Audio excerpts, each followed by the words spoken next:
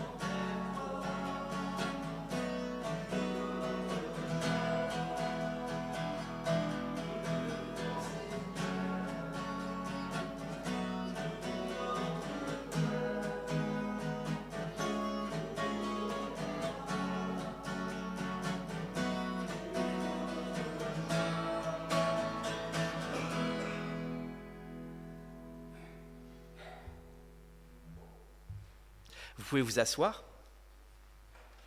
Le Seigneur se réjouit d'entendre vos chants d'adoration et de remerciement à son égard. Alors nous allons maintenant nous mettre à l'écoute de la loi du Seigneur, de ce que finalement le Seigneur attend de nous dans nos vies. Et voici ce que nous a dit le Seigneur Jésus-Christ. « Toute personne qui se déclarera publiquement pour moi devant les hommes, je me déclarerai moi aussi pour elle devant mon Père céleste.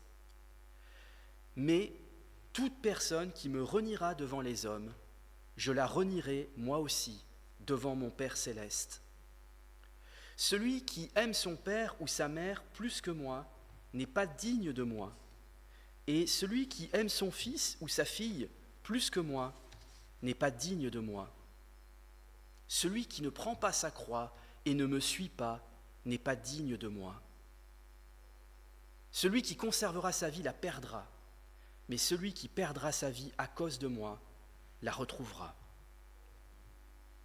Alors à l'écoute de ces paroles du Seigneur Jésus-Christ, qui peuvent nous paraître d'une radicalité extrême, et effectivement, elles sont d'une radicalité extrême parce que c'est le Seigneur Dieu qui s'adresse à nous au travers de ces paroles, parce que Jésus-Christ est Dieu fait homme. Et je pense que si nous sommes honnêtes, nous sommes obligés de reconnaître que bien des fois, nous n'avons pas su répondre à ces exigences, et bien des fois, nous avons eu des manquements dans notre amour pour le Seigneur et dans notre positionnement vis-à-vis de lui.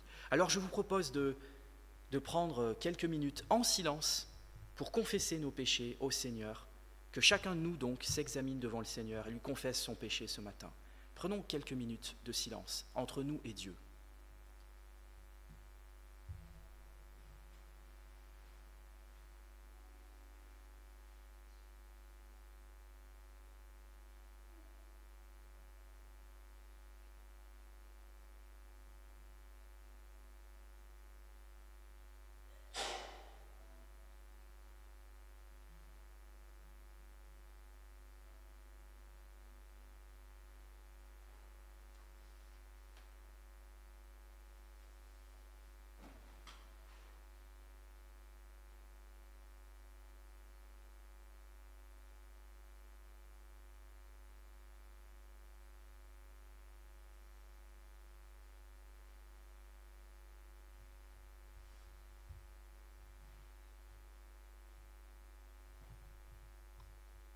Seigneur Dieu, ce matin, nous venons devant toi dans la repentance, car nous avons péché, nous t'avons trahi tant de fois.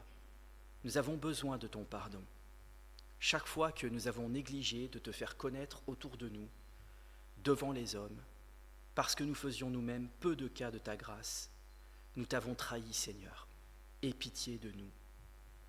Chaque fois que nous t'avons renié devant les hommes, nous t'avons trahi et offensé.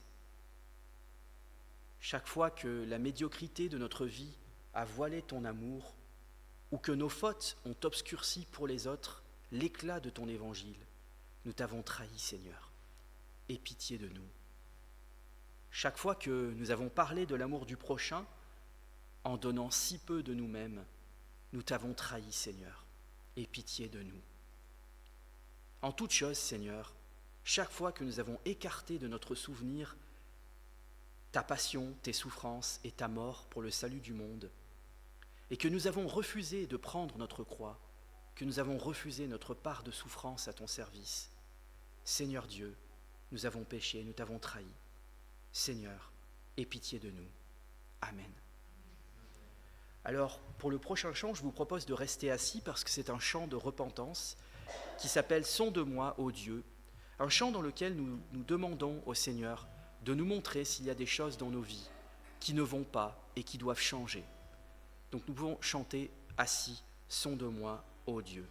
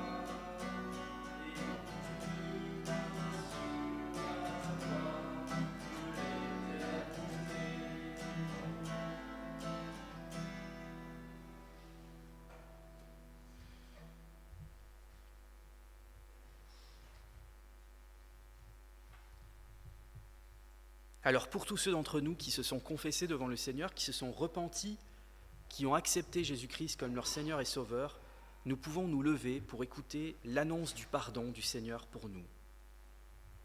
Lors du dimanche des Rameaux, notre Seigneur Jésus-Christ a déclaré « Je suis venu, non pas pour juger le monde, mais pour le sauver. Le Père qui m'a envoyé m'a prescrit lui-même ce que je dois dire et annoncer, et je sais que son commandement est la vie éternelle.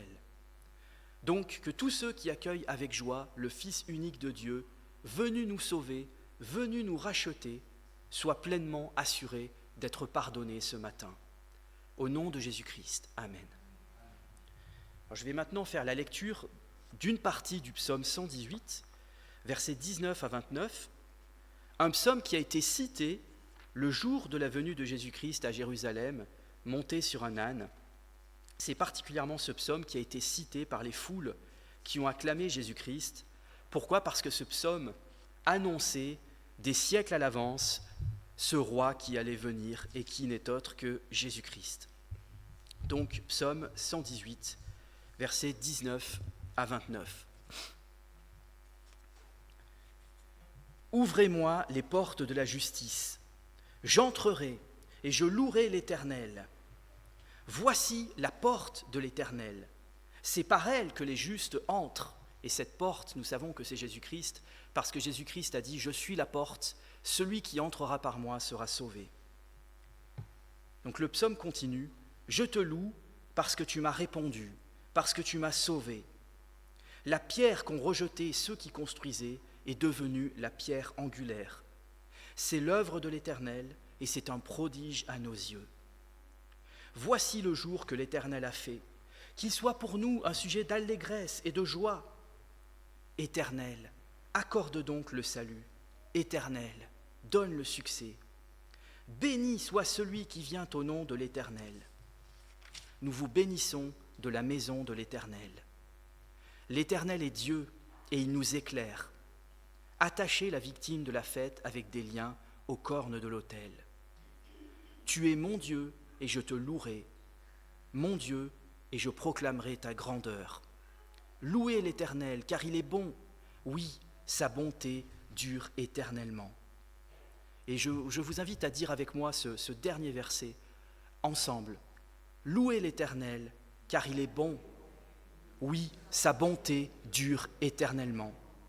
Il est important de se rappeler cette vérité qui est répétée, je crois, 26 fois dans un psaume. Louez l'Éternel, oui, car il est bon, car sa bonté dure éternellement.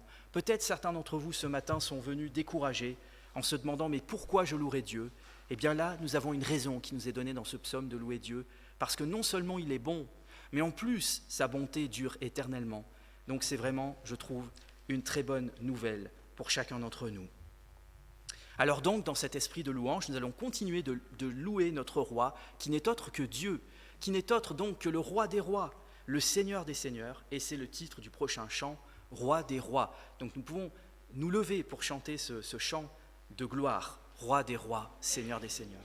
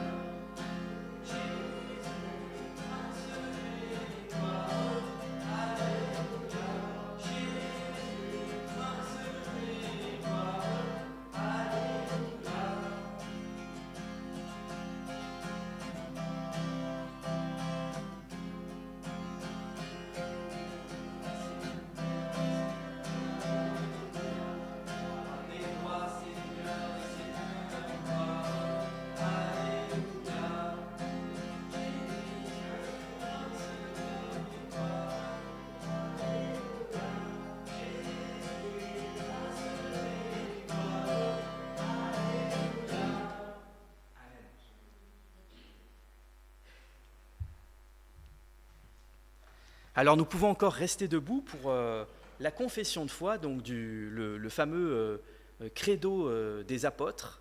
Donc c'est un résumé en fait de la foi chrétienne, un résumé de tout ce en quoi nous croyons en tant que chrétiens. Donc nous pouvons le dire à voix haute, mais pas seulement comme une récitation, mais de tout notre cœur en réfléchissant à ce que nous sommes en train de dire.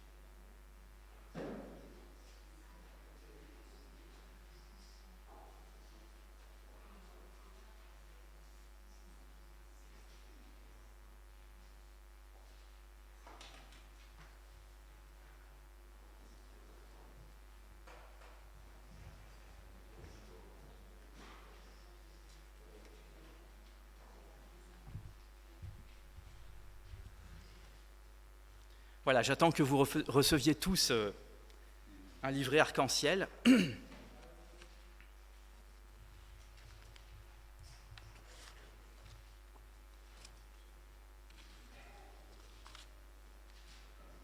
Donc c'est juste à la toute dernière page, juste cette page-là, vous trouvez le « Je crois en Dieu ». C'est ça le fameux credo, parce que credo en latin, ça veut dire « je crois ».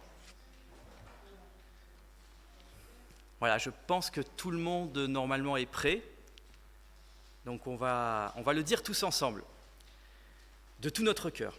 Je crois en Dieu, le Père Tout-Puissant, Créateur du ciel et de la terre. Je crois en Jésus-Christ, son Fils unique, notre Seigneur, qui a été conçu du Saint-Esprit et qui est né de la Vierge Marie. Il a souffert sous Ponce Pilate, il a été crucifié, il est mort, il a été enseveli, il est descendu aux enfers, le troisième jour, il est ressuscité des morts. Il est monté au ciel, il siège à la droite de Dieu, le Père Tout-Puissant. Il viendra de là pour juger les vivants et les morts. Je crois en l'Esprit Saint, je crois en la Sainte Église universelle, la communion des saints, la rémission des péchés, la résurrection de la chair et la vie éternelle. Amen. Merci à tous, et donc nous pouvons rester debout pour un dernier chant qui s'appelle « Je louerai l'Éternel ». Donc nous pouvons louer l'Éternel de tout notre cœur, comme nous y invite d'ailleurs le chant « Je louerai l'Éternel ».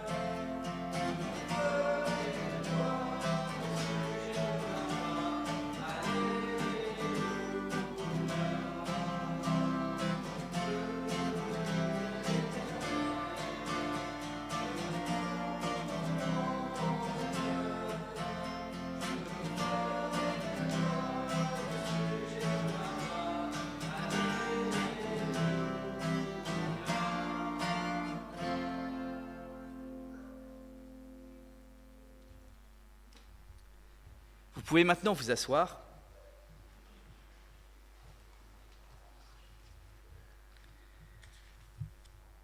et c'est le temps de l'offrande. Le jour du dimanche des Rameaux, notre Seigneur Jésus-Christ a déclaré « Si quelqu'un me sert, qu'il me suive, et là où je suis, là aussi sera mon serviteur. Si quelqu'un me sert, le Père l'honorera. »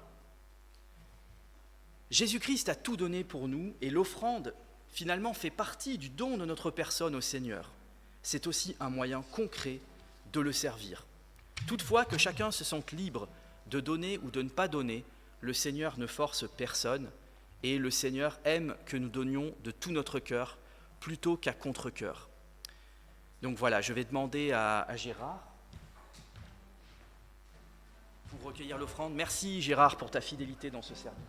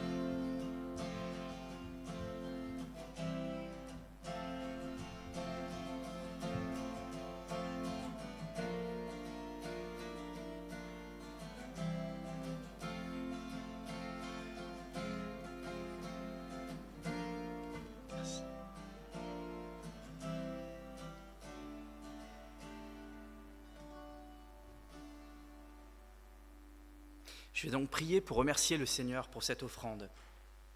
Seigneur Dieu, accepte cette offrande que nous te présentons comme un signe d'adoration, de consécration et d'amour. C'est de toi et pour toi que sont toutes choses. À toi la gloire, maintenant et toujours, au nom de Jésus-Christ. Amen.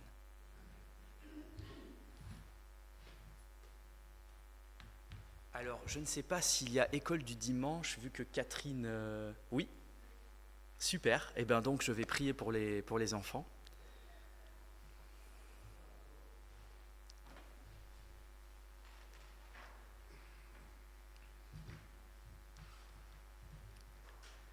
Seigneur, mon Dieu, merci, quelle joie de voir ces enfants parmi nous.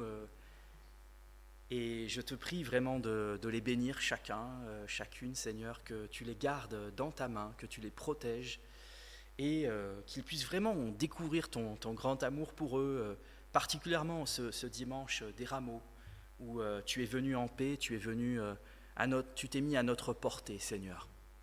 Et je te prie qu'ils puissent garder de bons souvenirs de ce dimanche des Rameaux. Merci Seigneur vraiment de protéger les enfants, car tu as dit que tu les aimais particulièrement et que celui qui leur ferait du mal aurait des comptes à te rendre. Alors merci vraiment Seigneur de bénir ce temps d'école du dimanche. Au nom de Jésus-Christ, Amen. Alors je tiens à remercier Tom qui était seul à la louange aujourd'hui, donc c'est pas facile. Et aussi Yannick qui était seul à la projection aujourd'hui, et c'est pas facile non plus. Donc merci vraiment pour votre service, les frères.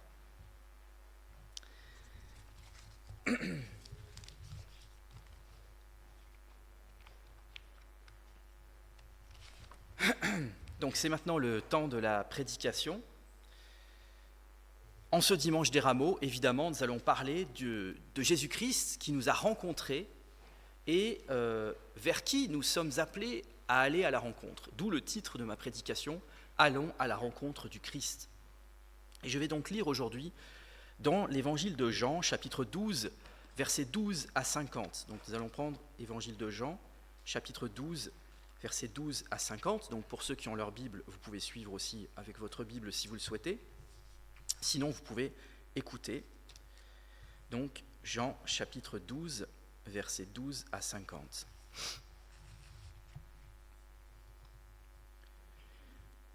Le lendemain, donc en fait ce lendemain, il s'agit du lendemain où Marie a déversé du parfum sur Jésus. Le lendemain, une foule nombreuse de personnes venues à la fête apprirent que Jésus se rendait à Jérusalem. Elles prirent des branches de palmier et allèrent à sa rencontre, en criant « Hosanna ! Béni soit celui qui vient au nom du Seigneur, le roi d'Israël !» Jésus trouva un ânon et s'assit dessus, conformément à ce qui est écrit « N'aie pas peur, fille de Sion, voici ton roi qui vient, assis sur le petit d'une ânesse. » Sur le moment, ses disciples ne comprirent pas ce qui se passait, mais lorsque Jésus fut dans sa gloire, ils se souvinrent que ces choses étaient écrites à son sujet et qu'on les avait faites pour lui. Tous ceux qui étaient avec Jésus, quand il avait appelé Lazare à sortir du tombeau et l'avait ressuscité, lui rendaient témoignage. C'est aussi la raison pour laquelle la foule vint à sa rencontre, parce qu'elle avait appris qu'il avait fait ce signe miraculeux. Les pharisiens se dirent donc les uns aux autres, « Vous voyez que vous ne gagnez rien, voici que tout le monde se met à le suivre. » Il y avait des non-juifs parmi ceux qui étaient montés pour adorer pendant la fête. Ils s'adressèrent à Philippe, qui était de Bethsaïda, en Galilée, et lui demandèrent « Seigneur, nous voudrions voir Jésus. » Philippe alla le dire à André, puis André et Philippe le dirent à Jésus. Jésus leur répondit « L'heure où le Fils de l'homme va être élevé dans sa gloire est venue. En vérité, je vous le dis, si le grain de blé tombé en terre ne meurt pas, il reste seul. Mais s'il meurt, il porte beaucoup de fruits. Celui qui aime sa vie la perdra, et celui qui déteste sa vie dans ce monde la conservera pour la vie éternelle. Si quelqu'un me sert, qu'il me suive, et là où je suis, là aussi sera mon serviteur. Si quelqu'un me sert, le Père l'honorera. Maintenant, mon âme est troublée, et que dirai-je ? Père, délivre-moi de cette heure. Mais c'est pour cela que je suis venu jusqu'à cette heure. Père, révèle la gloire de ton nom. Une voix vint alors du ciel. J'ai révélé sa gloire, et je la révélerai encore. La foule qui était là et qui avait entendu disait que c'était le tonnerre. D'autres disaient « Un ange lui a parlé ». Jésus reprit la parole. « Ce n'est pas à cause de moi que cette voix s'est fait entendre. C'est à cause de vous. C'est maintenant qu'a lieu le jugement de ce monde. C'est maintenant que le prince de ce monde va être jeté dehors. Et moi, quand j'aurai été élevé de la terre, j'attirerai tous les hommes à moi. » Par ces paroles, il indiquait de quelle mort il allait mourir. La foule lui répondit « Nous avons appris par la loi que le Messie vivra éternellement. Comment donc peux-tu dire « Il faut que le Fils de l'homme soit élevé » ? Qui est ce Fils de l'homme ? Jésus leur dit « La lumière est encore pour un peu de temps parmi vous. Marchez pendant que vous avez la lumière, afin que les ténèbres ne vous surprennent pas, car celui qui marche dans les ténèbres ne sait pas où il va. Pendant que vous avez la lumière, croyez en elle, afin de devenir des enfants de lumière. » Après avoir dit cela, Jésus s'en alla et se cacha loin d'eux. Malgré tous les signes miraculeux qu'il avait faits devant eux, ils ne croyaient pas en lui. Ainsi s'accomplit la parole annoncée par le prophète Ésaïe. « Seigneur, qui a cru à notre prédication ? Et à qui le bras du Seigneur a-t-il été révélé ?» Ésaïe a dit encore pourquoi ils ne pouvaient pas croire. « Il a aveuglé leurs yeux et il a endurci leur cœur, pour qu'ils ne voient pas de leurs yeux, pour qu'ils ne comprennent pas dans leur cœur, qu'ils ne se convertissent pas et que je ne les guérisse pas. » Ésaïe dit cela lorsqu'il vit sa gloire et qu'il parla de lui.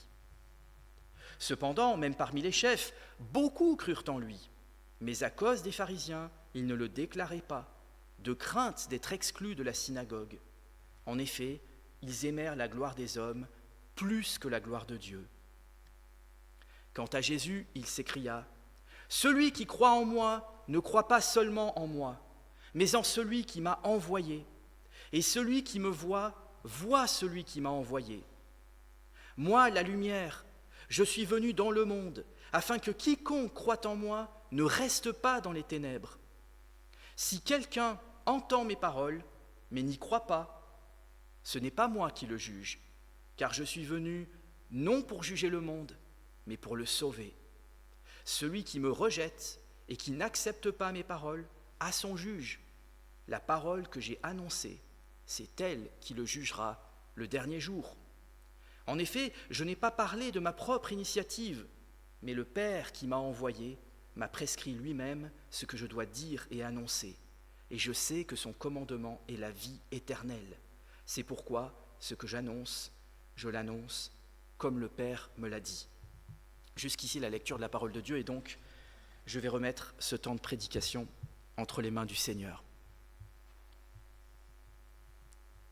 Seigneur, mon Dieu, merci pour ce dimanche des Rameaux dans lequel tu veux vraiment nous interpeller sur le sens de ta venue, sur qui tu es vraiment, à savoir Dieu fait homme, et sur pourquoi tu es venu, à savoir mourir sur la croix pour chacun d'entre nous, pour que nous soyons sauvés et ressuscités à tes côtés après notre mort. Et en même temps, tu nous appelles aussi à marcher sur tes traces, à te suivre. Alors bien sûr, nous ne sommes le sauveur de personne. Il n'y a que toi, Seigneur Jésus-Christ, qui est le seul et unique sauveur. Mais tu es aussi pour nous un modèle. Tu nous as donné un exemple en ta personne. Et tu nous appelles vraiment à te suivre et, entre guillemets, à sacrifier notre vie pour toi. Alors, Seigneur mon Dieu, donne-nous de comprendre encore ce que tu veux nous dire ce matin. Rends nos cœurs attentifs à ta parole. Au nom de Jésus-Christ. Amen.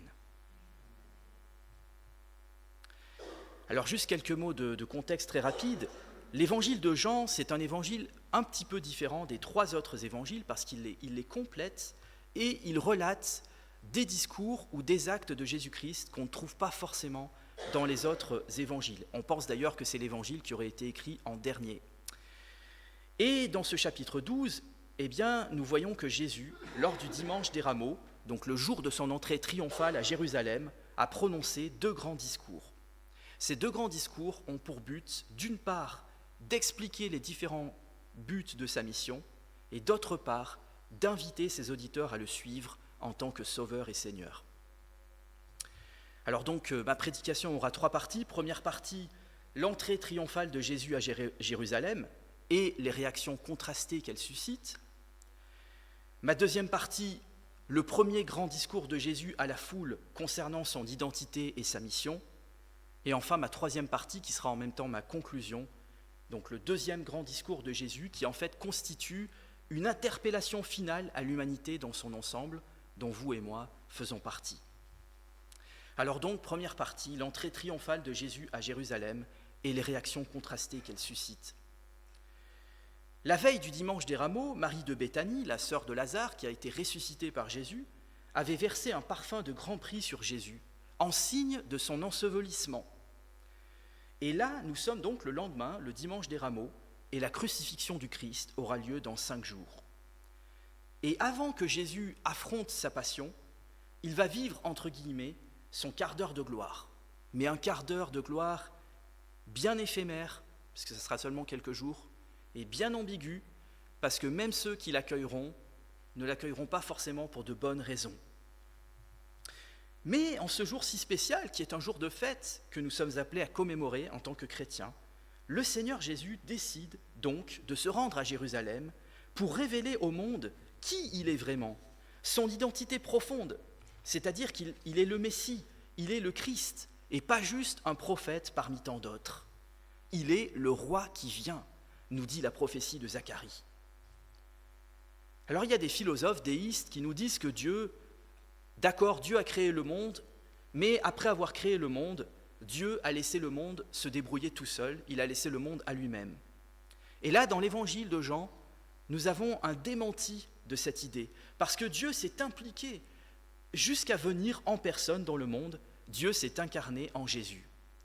Et le Christ, donc, va montrer qui il est, son identité, sa messianité, en montant sur un âne, accomplissant ainsi la prophétie de Zacharie que je vous ai lue tout à l'heure, relative au signe de la venue du Messie, Zacharie nous dit qu'il rendra visite à la fille de Sion. La fille de Sion, c'est une personnification de Jérusalem et de ses habitants.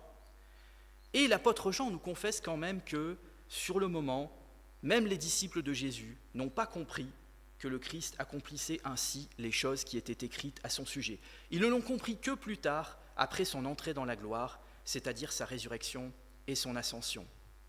Alors peut-être que c'est pareil pour toi, mon ami, ce matin. Peut-être tu n'as pas tout compris sur Jésus. Peut-être tu ne sais pas vraiment dire qui est vraiment Jésus. Moi, personnellement, j'ai entendu parler de Jésus depuis ma plus tendre enfance, mais je n'avais pas compris que Jésus était mort pour mes péchés. Et le jour où j'ai eu cette révélation, ça a complètement changé ma vie et ça explique pourquoi je suis là maintenant parmi vous à vous parler. Oui, Jésus-Christ est mort pour toi. Et si tu as une prière à faire peut-être ce matin, c'est de demander à Dieu de te révéler cette vérité.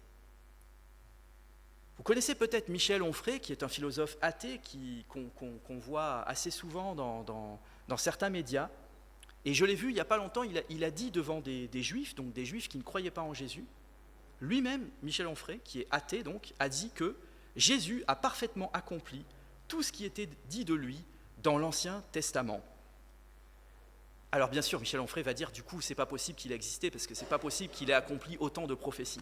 Mais vous voyez, c'est quand même intéressant de voir que même un philosophe athée reconnaît que Jésus-Christ a accompli toutes les prophéties de l'Ancien Testament. Et donc Jésus, en montant sur un âne, il accomplit une des prophéties, des nombreuses prophéties de l'Ancien Testament, mais il montre aussi par là sa profonde humilité.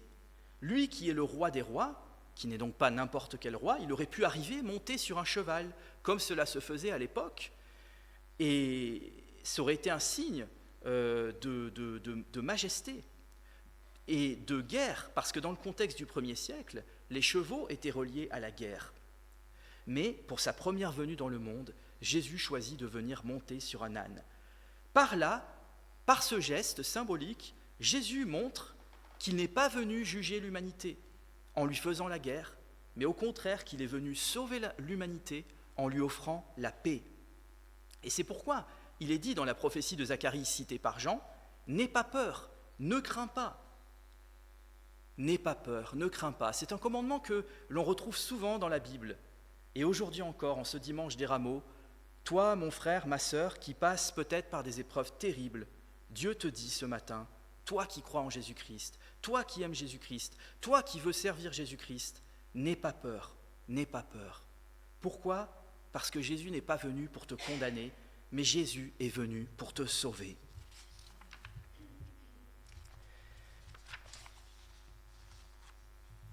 Alors, l'entrée triomphale de Jésus à Jérusalem, contrairement à ce qu'on pourrait croire, et même si elle accomplit de nombreuses prophéties, ne fait pas l'unanimité, et elle suscite des réactions contrastées, et finalement, la foule se divise en deux camps, ceux qui accueillent le Christ et ceux qui ne l'accueillent pas. Le Seigneur a laissé à chacun la responsabilité de se positionner par rapport à lui. Donc d'un côté, on a ceux qui ne l'accueillent pas, et parmi eux, on a les opposants directs de Jésus, en particulier les pharisiens qui étaient des ennemis religieux du Seigneur, qui n'aimaient pas le Seigneur Jésus. Pourquoi ils ne l'aimaient pas ? Parce que Jésus dénonçait leur orgueil, parce qu'ils se croyaient meilleurs que les autres. Jésus dénonçait leur absence de miséricorde, Jésus dénonçait leur hypocrisie, Jésus dénonçait leur cupidité, leur amour de l'argent. À tel point que les pharisiens, ils n'en pouvaient plus de Jésus et ils sont déterminés à tuer Jésus. Mais là, ce jour du dimanche des Rameaux, ils devront encore attendre et ils sont furieux de voir que finalement, vous avez entendu dans le texte, vous voyez que vous ne gagnez rien, voici que tout le monde se met à le suivre. Donc ils sont vraiment dépités. Et Jean nous dit même que finalement, ils ont vu des miracles de Jésus, de nombreux miracles, et pourtant, ils n'ont pas cru en lui. Ce qui nous montre, là il y a vraiment une leçon pour nous, ce qui nous montre que même avec des miracles, si quelqu'un ne veut pas croire, il ne croira pas. Je connais des personnes qui ont vécu des miracles de Dieu et pourtant se sont détournées de la foi. Les miracles de Jésus, en fait, ils n'étaient pas juste là pour amuser la galerie, pour le plaisir de faire des miracles, mais ces miracles, nous dit l'apôtre Jean, c'était des signes miraculeux. C'est-à-dire qu'ils avaient pour but de nous montrer qui était Jésus. Et donc, voilà, ces opposants-là ne voulaient pas croire en Jésus-Christ. Et Jean va nous citer donc une prophétie d'Ésaïe qui a annoncé à l'avance qu'il ne croirait pas en Jésus-Christ. Alors là, nous avons quelque chose d'assez fort dans ce texte, puisqu'il nous est dit que, d'une certaine manière, c'est Dieu lui-même qui les a endurcis et qui les a aveuglés. Alors est-ce que ça veut dire que Dieu, de manière arbitraire, de manière intentionnelle, il les a empêchés d'être sauvés ? En fait, si on prend le passage parallèle qui est cité ici dans Jean et on le prend dans Matthieu, il est parlé des hommes au pluriel qui se sont bouchés leurs oreilles, qui ont fermé leurs yeux, de peur que leurs yeux ne voient et qu'ils ne croient. Donc en fait, on voit que Dieu, il donne à ces incrédules ce qu'ils veulent finalement. Il les laisse à eux-mêmes. Et vous savez que le philosophe Blaise Pascal a dit que Dieu a mis suffisamment de lumière pour ceux qui veulent croire et suffisamment de ténèbres pour ceux qui ne veulent pas croire. Donc, voilà, quelque part, il y a une responsabilité de leur part. Le texte ne les déresponsabilise pas. Alors, nous avons un autre type d'opposants à Jésus. Et là, ce ne sont pas des opposants directs, mais plutôt des opposants indirects. C'est ceux qui croient en Jésus, nous dit le texte, mais ils n'osent pas le déclarer publiquement parce qu'ils aiment plus la gloire des hommes que la gloire de Dieu. Alors, c'est assez dur, parce que humainement, c'est assez dur, parce qu'il y avait vraiment un enjeu pour eux.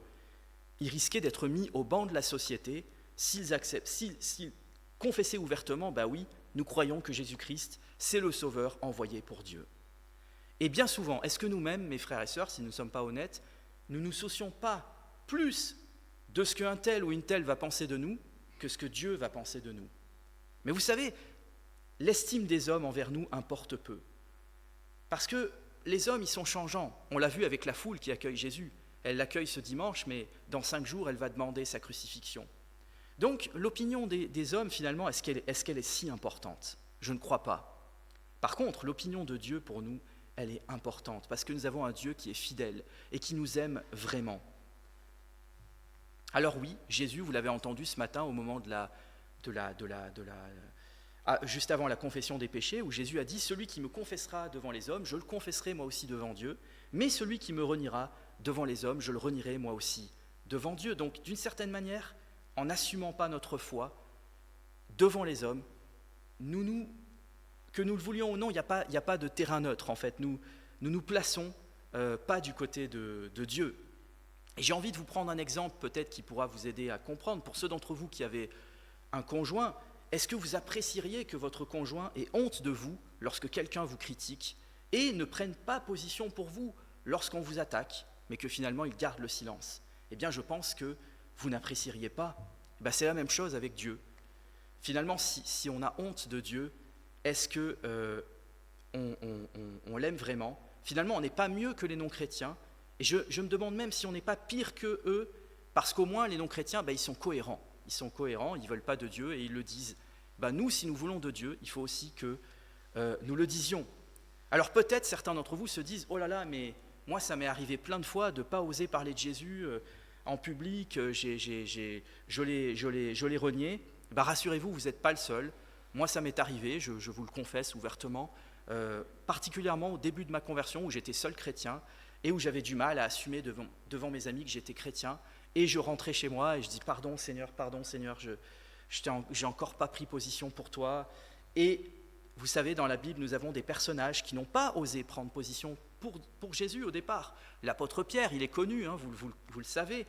Mais nous avons aussi des pharisiens, justement, Nicodème et Joseph d'Arimathée, qui croyaient en lui, mais ils ont mis du temps avant de prendre position pour lui. Et après, ils ont pris position pour lui, au risque de leur vie. Donc, j'ai une bonne nouvelle pour vous ce matin. Si vous avez renié Jésus, si vous le regrettez sincèrement, il peut vous pardonner, comme il a pardonné à ces hommes, comme il a pardonné à l'apôtre Pierre.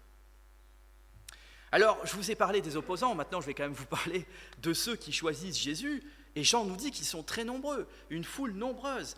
Ça représentait, on pense à l'époque que ça représentait à peu près des millions de personnes ce jour-là. Donc des millions de personnes qui viennent acclamer Jésus, qui prennent donc des branches de palmier, donc des rameaux, d'où le fait qu'on parle du dimanche des rameaux de palmier pour célébrer la venue de Jésus. Alors le palmier, en fait, c'était un symbole de victoire à l'époque, donc c'était pour dire, en fait, oui, ce Messie qui vient, c'est un roi victorieux. Donc il y avait déjà une petite ambiguïté là, parce que eux, dans leur tête, pour certains d'entre eux en tout cas, ils se disaient Jésus va nous délivrer de l'occupant romain et il va mettre fin à notre esclavage des Romains. Mais en fait, Jésus, il n'était pas venu pour ça, pour sa première venue. Jésus, il était venu pour mettre fin à un autre esclavage qui est bien pire que l'esclavage des Romains, c'est l'esclavage du péché. Mais certains d'entre eux ne l'ont pas encore compris. D'où le fait que, certains d'entre eux, dans la suite, vous le savez, ils vont renier Jésus-Christ. Et alors on nous dit aussi que beaucoup d'entre eux sont venus parce qu'ils ont vu des miracles, et notamment un très grand miracle, la résurrection de Lazare. Je pense que si vous voyez une résurrection, moi j'en ai encore jamais vu, mais j'ai vu déjà des miracles de Dieu, mais je n'ai pas encore vu de résurrection, je pense que vous seriez quand même interpellés. Mais finalement, est-ce que leur foi, elle était fondée que sur ces miracles, ou est-ce qu'elle était fondée sur l'auteur de ces miracles ?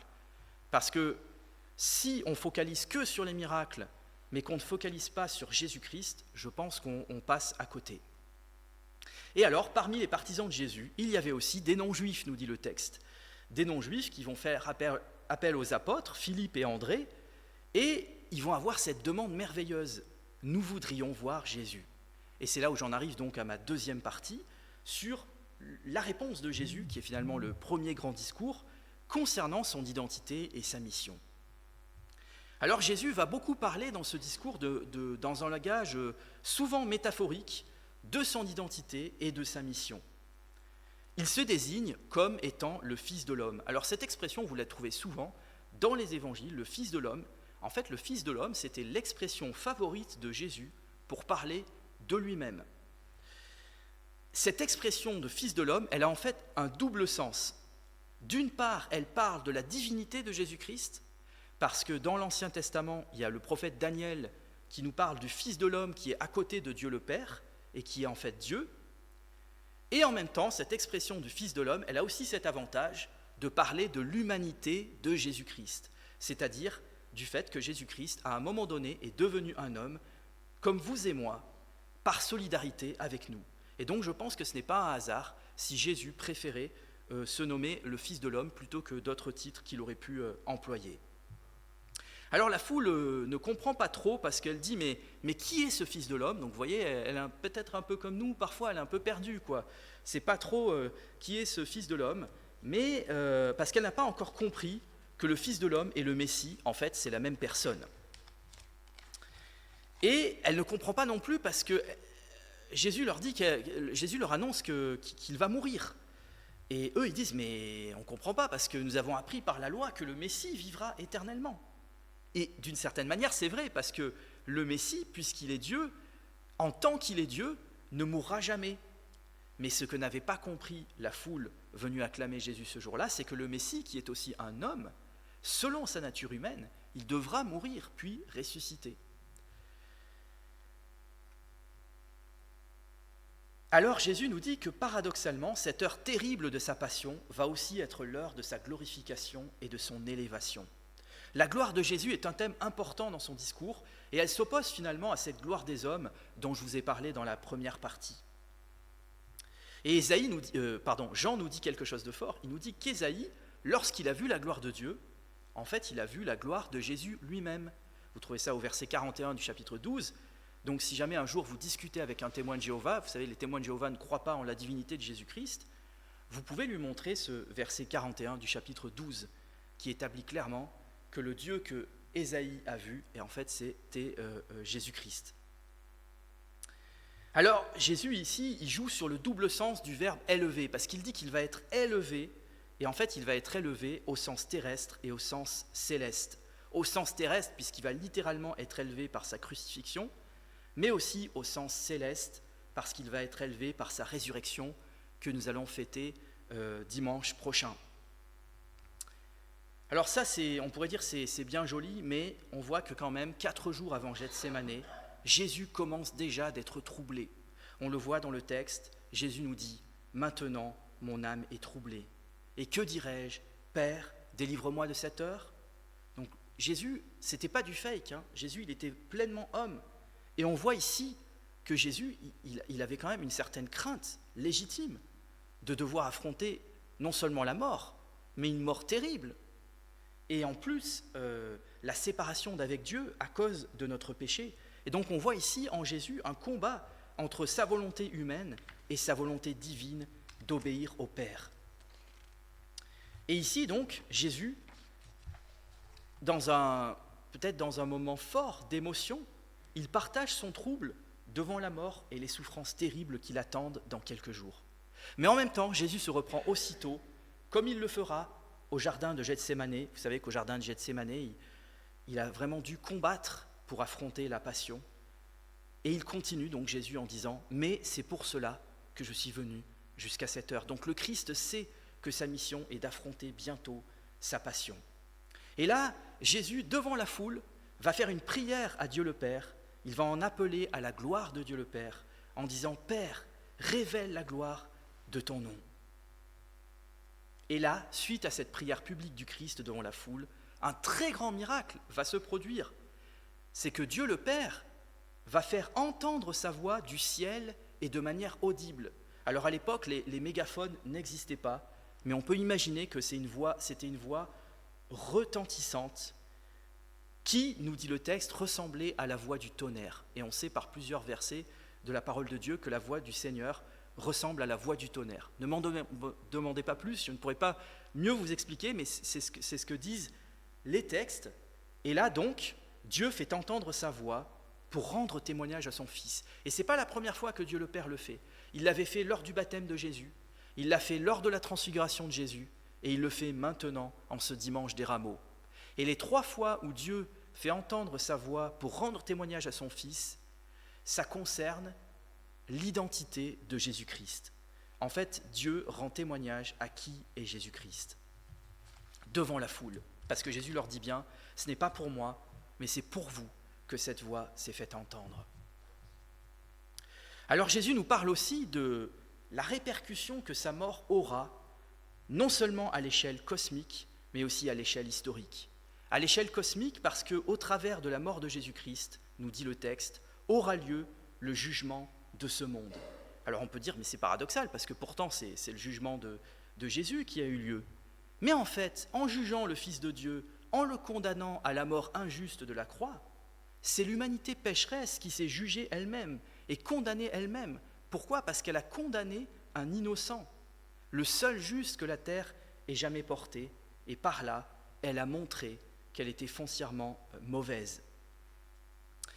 Et bien sûr, Jésus-Christ a jugé le monde dans le sens où il a pris sur lui tous nos péchés à ce moment-là. Sur la croix, c'est notre péché qui était jugé. Tout le mal que nous avons pu faire dans notre vie.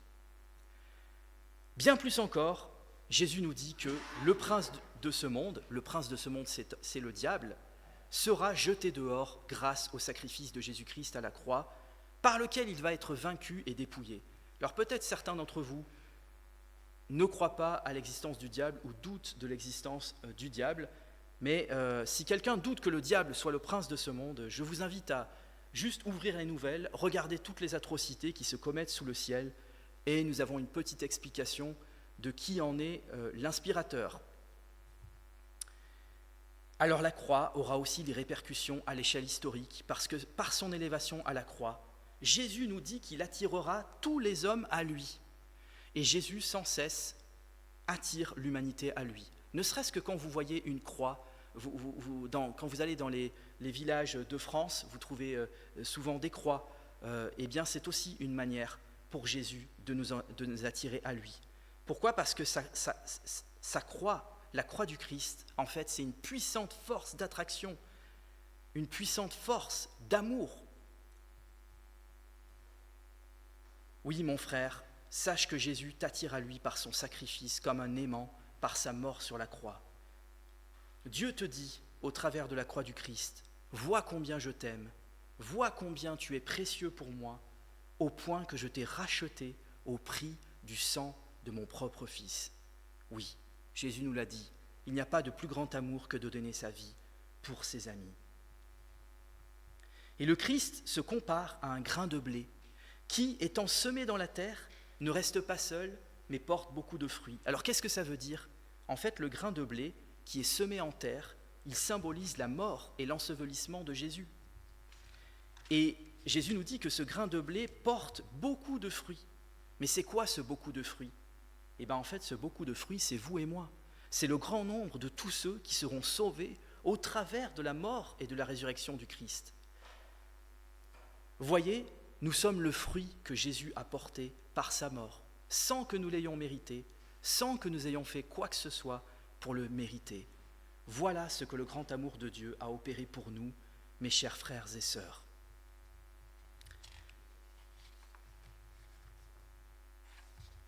Alors après avoir lancé encore un avertissement à la foule, où il se présente comme la lumière et où il les exhorte à croire en lui qui est la lumière, Jésus va se cacher loin d'eux et les laisser à leur conscience.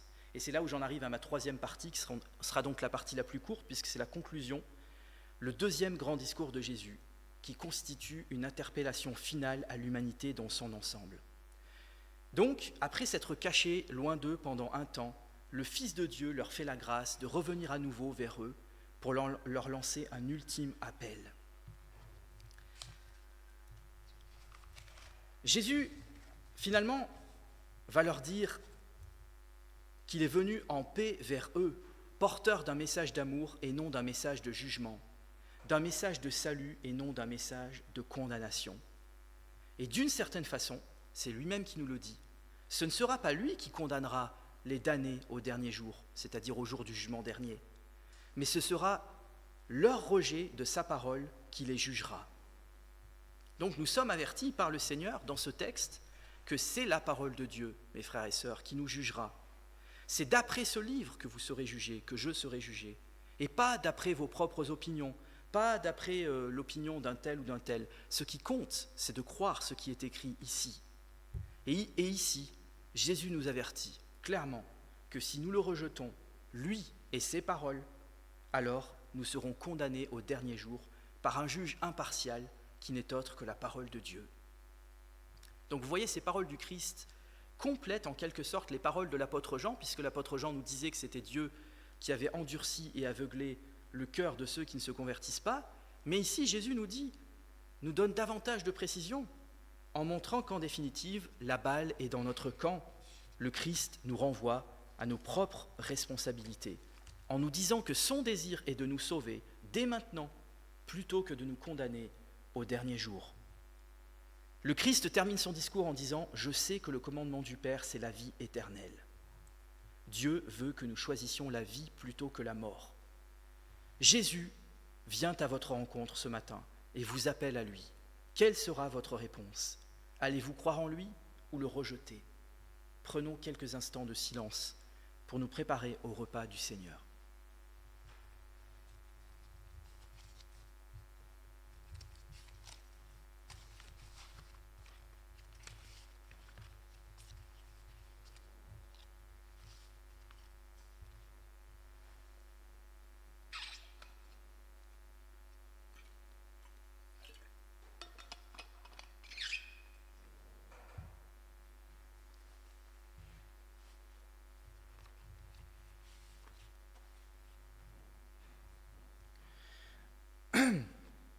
Pour nous préparer au repas du Seigneur, élevons nos cœurs vers lui. Voici ce que nous dit la parole de Dieu à propos de l'institution de la scène. Le Seigneur Jésus, dans la nuit où il fut livré, prit du pain, et après avoir rendu grâce, le rompit, et dit : « Ceci est mon corps qui est donné pour vous. Faites ceci en mémoire de moi. » De même, après avoir soupé, il prit la coupe et dit : « Cette coupe est la nouvelle alliance en mon sang. Faites ceci en mémoire de moi toutes les fois que vous en boirez. Car toutes les fois que vous mangez ce pain et que vous buvez cette coupe, vous annoncez la mort du Seigneur jusqu'à ce qu'il vienne. C'est pourquoi celui qui mangera le pain et boira la coupe du Seigneur indignement sera coupable envers le corps et le sang du Seigneur. Que chacun donc s'examine soi-même et qu'ainsi il mange du pain et boive de la coupe. »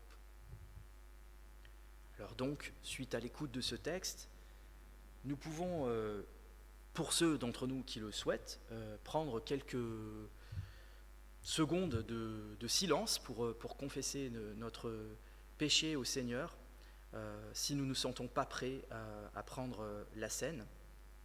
Mais nous pouvons avoir l'assurance que si nous demandons pardon pour nos péchés et que nous acceptons Jésus-Christ comme notre Seigneur et Sauveur, il ne nous rejettera pas, car vous l'avez entendu dans le texte de Jean 12, il n'est pas venu pour nous juger, mais pour nous sauver. Alors peut-être certains d'entre vous ont du mal à pardonner à certaines personnes qui leur ont fait du mal, ce que je comprends tout à fait, parce qu'on peut rencontrer vraiment des personnes qui n'ont pas de scrupules et qui peuvent vraiment nous faire du mal. Mais justement, c'est l'occasion au moment de la Sainte Seine de remettre cela devant Dieu. Donc je vous invite à prendre peut-être quelques secondes de silence pour remettre ces personnes à qui vous n'arrivez pas à pardonner devant le Seigneur.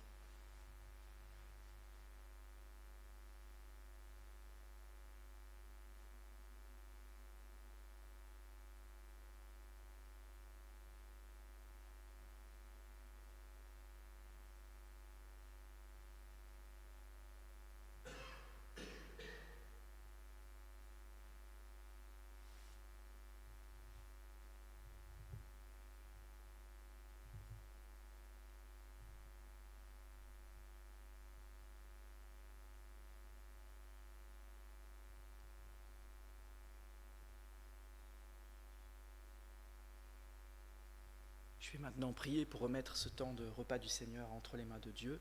Seigneur Jésus, c'est toi qui nous invites à ta table et qui présides ce repas par ton Esprit Saint. Avec humilité et avec reconnaissance, nous voulons prendre le pain que tu nous offres et tendre les mains pour recevoir la coupe des délivrances. Reçois notre sacrifice de louange. Merci de t'être abaissé jusqu'à devenir l'un des nôtres en revêtant notre chair mortelle. Ce pain que nous allons prendre ce matin en est le signe saint. Merci de nous avoir aimés jusqu'à offrir ta vie pour nous accorder le pardon et nous faire entrer dans ton alliance. Cette coupe que nous allons prendre en est le signe saint. Père céleste, dans l'attente du jour glorieux où ton Fils nous accueillera lui-même à la table du royaume, envoie sur nous ton Esprit Saint, afin que nous ayons communion au corps et au sang du Christ et que nous soyons nourris de sa vie. Fortifie-nous et garde-nous jusqu'à ce que nous soyons tous parvenus à l'unité de la foi et de la connaissance du Fils de Dieu. Nous te le demandons au nom du Seigneur Jésus-Christ, avec qui nous te prions le Notre Père. Je vous invite à prier avec moi le Notre Père.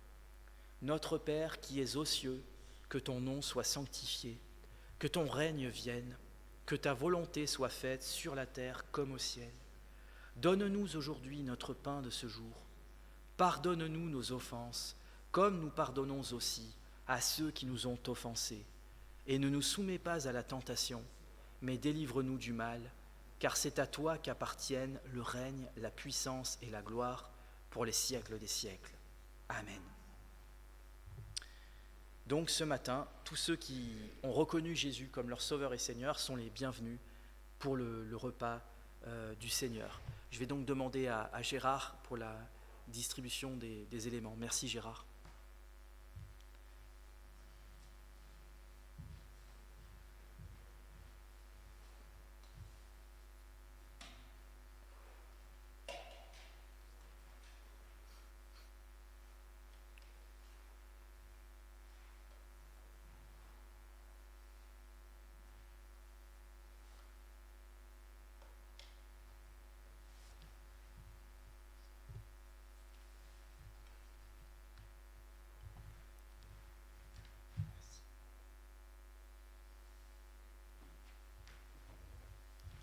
Alors pendant la distribution des éléments, sentez-vous libre si vous voulez faire monter une prière ou un cantique devant le Seigneur de manière spontanée, vous pouvez le faire. Vous pouvez aussi prier en silence.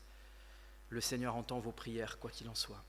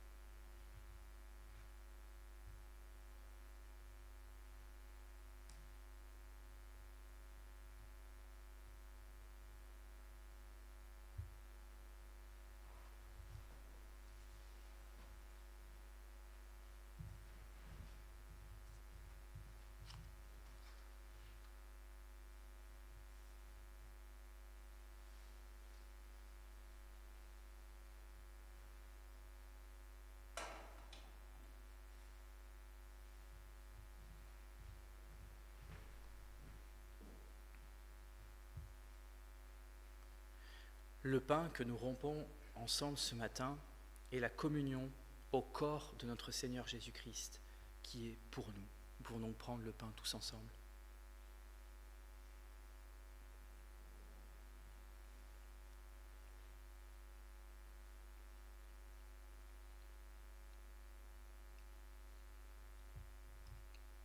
La coupe de bénédiction pour laquelle nous rendons grâce ce matin est la communion au sang de notre Seigneur Jésus-Christ, le sang de la nouvelle alliance qui a été répandu pour nous, pour le pardon de nos péchés. Nous pouvons donc prendre cette coupe tous ensemble, en souvenir du sacrifice du Seigneur Jésus-Christ.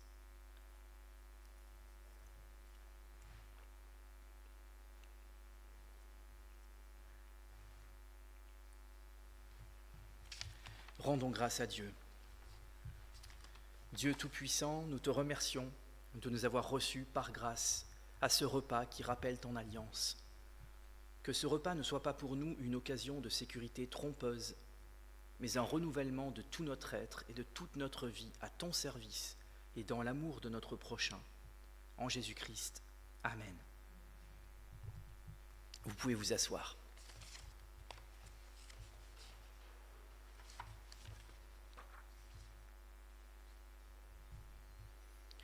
Alors dans le prolongement de la Sainte Seine, du repas du Seigneur, nous allons maintenant intercéder les uns pour les autres, puisque comme je le disais quelquefois, la Seine a à la fois une dimension verticale et une dimension horizontale. Une dimension verticale parce qu'elle est notre communion avec Dieu, mais aussi une dimension horizontale, c'est-à-dire notre communion les uns avec les autres. Et en fait, on ne peut pas dissocier l'un de l'autre, puisque Jésus a fait de nous des frères et sœurs en Christ. Si différents soyons-nous les uns des autres. Et donc le fait de prier les uns pour les autres, c'est aussi une manière de nous aimer les uns les autres. Alors donc, déjà moi j'ai un sujet de prière par rapport à Hugues et Martine. Donc pour ceux qui ne seraient pas au courant, donc Hugues c'est un pasteur et un aumônier qui est venu souvent ici pour prêcher et dont la femme est tombée dans le coma depuis 3 semaines je crois. 3 semaines il me semble. Enfin voilà, donc si on peut prier pour lui et pour elle, Dieu peut encore faire un miracle s'il le veut. En tout cas voilà, que Dieu soit avec eux dans leur malheur. Ce matin Hugues nous a envoyé un message moi j'ai trouvé très très émouvant et en même temps tellement édifiant aussi de voir que il garde la foi dans son épreuve. Et ça, c'est aussi quelque chose qui peut nous encourager tous si nous passons par l'épreuve. Voilà, y a-t-il d'autres sujets de prière que vous voudriez partager, pour lesquels vous voudriez qu'on prie ? Oui, c'est vrai, il était absent aujourd'hui.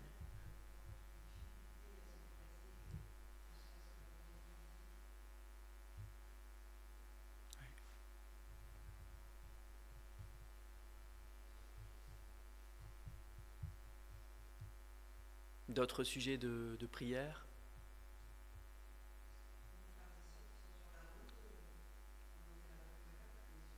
Oui.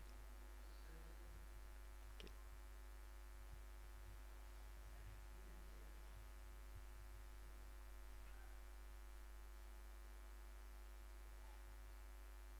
Ok, de toute façon, voilà, n'hésitez pas à faire monter vos prières vers le Seigneur, même si vous ne les avez pas forcément communiquées, le Seigneur les connaît. Donc nous pouvons prendre quelques minutes, oui.